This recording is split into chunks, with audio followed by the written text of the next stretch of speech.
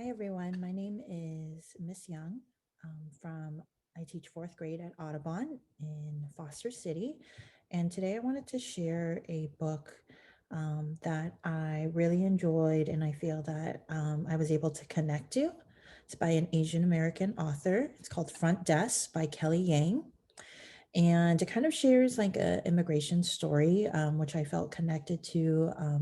Sharing the story from hearing a story from my grandmother talking about how she immigrated from China to the US and she had to end up in Hawaii. And then it was kind of a difficult journey for her and to meet my grandfather and then raise her three kids and then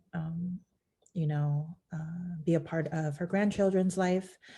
So my grandmother means a lot to me, and so I felt really connected to this book, just about how many people have to pick up from where they lived, and to hopefully find a better life in the United States. And so I think we definitely can relate in some capacity. Either we know someone or we have been that, or someone in our family has moved somewhere from where they were familiar with to somewhere new. So this is Front Desk. It's the book of one of two.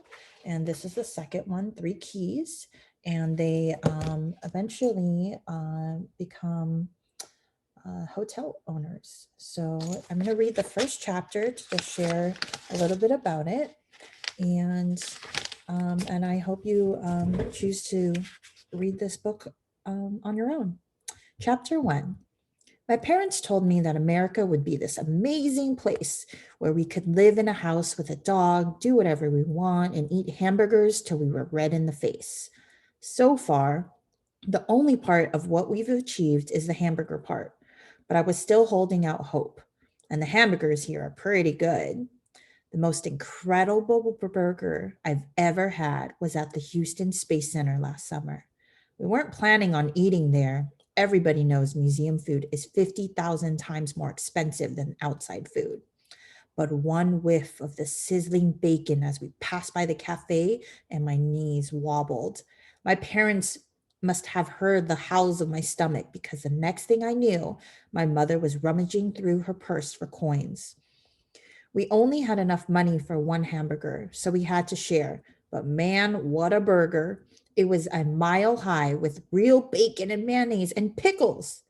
My mom likes to tease that I devoured the whole thing in one gulp, leaving the two of them only a couple of crumbs. I like to think I gave more than that.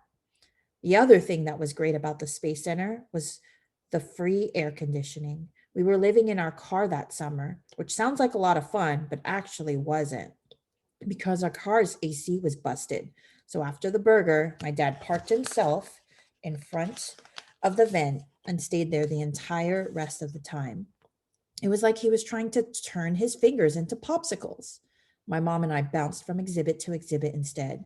I could barely keep up with her. She was an engineer back in China, so she loves math and rockets. She oohed and awed over this module and that module. I wish my cousin Shen would have been there. He loves rockets too. When we got to the photo booth, my mother's face lit up. The booth took a picture of you and made it look like you were a real astronaut in space. I went first. I put my head where the cardboard cutout was and smiled when the guy said, "Cheese." When it was my mom's turn to take her photo, I thought it would be funny to jump into her shot. The result was a picture of her in an astronaut suit hovering over Earth and me standing right next to her in my flip flops doing bunny ears with my fingers. My mother's face crumpled when she saw her picture. She pleaded with the guy to let her take another one, but he said, "No can do, one picture per person." For a second, I thought she was going to cry. We still have the picture. Every time I look at it, I wish I could go back in time. If I could do it all over again, I would not photobomb my mom's picture. I'd give her more of my burger, not the whole thing, but definitely some more bites. At the end of that summer, my dad got a job as an assistant fryer at a Chinese restaurant in California. That meant we didn't have to live in our car anymore and we could move into a small one-bedroom apartment. It also meant my dad brought home fried rice from work every day.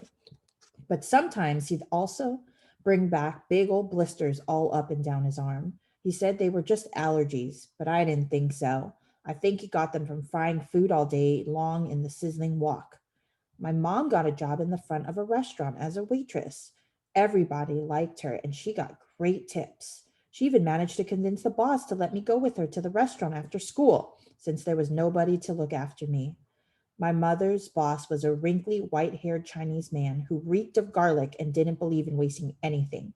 Not cooking oil, not toilet paper, and certainly not free labor. You think you can handle waitressing, kid? He asked me. Yes, sir, I said, excitement pulsating in my ear. My first job. I was determined not to let him down. There was just one problem. I was only 9 then and needed 2 hands just to hold one dish steady. The other waitresses managed 5 plates at a time. Some didn't even need hands. They could balance a plate on their shoulder. When the dinner rush came, I too loaded up carrying tray with 5 dishes. Big mistake. As my small back gave in to the mountainous weight, all my dishes came crashing down. Hot soup splashed onto customers, and fried prawns went flashing across the restaurant. I was fired on the spot, and so was my mother. No amount of begging or promising to do the dishes for the next gazillion years wouldn't change the owner's mind. The whole way home, I fought tears in my eyes. I thought of my 3 cousins back home. None of them had ever gotten fired before. Like me, they were only children as well. In China, every child is an only child, ever since the government decided all families are allowed only one. Since none of us had siblings, we were our siblings. Leaving them was the hardest part about leaving China. I didn't want my mom to see me cry in the car, but eventually that night she heard me. She came into my room and sat on my bed. Hey, it's okay, she said in Chinese, hugging me tight. It's not your fault. She wiped a tear from my cheek. Through the thin walls, I could barely hear the sounds of husbands and wives bickering and babies wailing from the neighboring apartments, each one as cramped as ours. Mom, I asked her, why did we come here? Why did we come to America? I repeated. My mother looked away and didn't say anything for a long time. A plane flew overhead and the picture frames on the wall shook.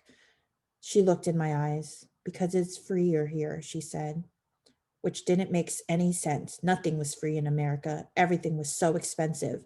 But, Mom, one day you'll understand, she said, kissing the top of my head. Now go to sleep. I drifted to sleep thinking about my cousins and missing them and hoping they were missing me back. So that's just the beginning of the story.